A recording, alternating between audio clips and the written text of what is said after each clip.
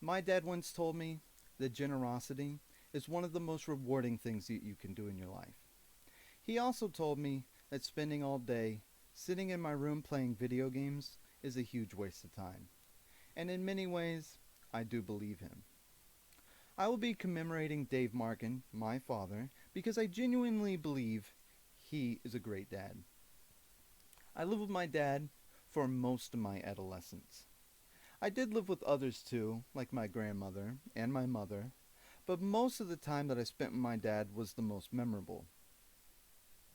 I am commemorating Dave because he was a generous man and an adventurous man. My dad was very generous. He would often open his home to anybody on tough times or anybody who needed it. Living with my dad was sometimes an awkward thing because we were always compact in a 30-year-old trailer in North Florida.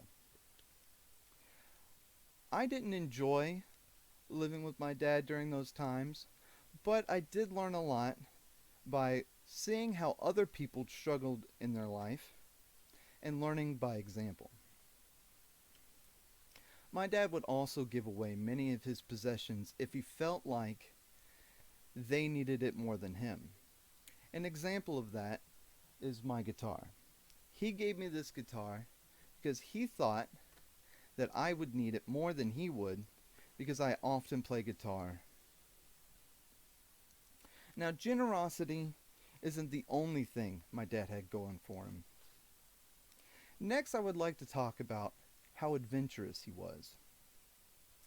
My dad would often take me canoeing on the weekends as often as he could.